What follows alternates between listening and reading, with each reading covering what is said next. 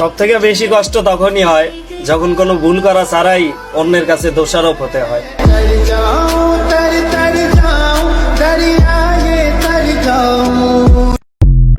আমার কষ্ট এটাই আমার কাছে যে আমি আজ পর্যন্ত আমার পরিবারের মানুষগুলো ভালো রাখতে পারলাম না। আমার বুক ভরা হাজার স্বপ্ন আছে, সেই স্বপ্নগুলো আমি পূরণ করতে পারি না। মামা দুঃখের কথাটা জানেন, ছোটবেলায় আম্মা যখন কইতো তুই যেমনে বাবস দুনিয়াটা এতটা সহজ না, তখন আম্মার কথা হাইসা ফালাইয়া দিতা।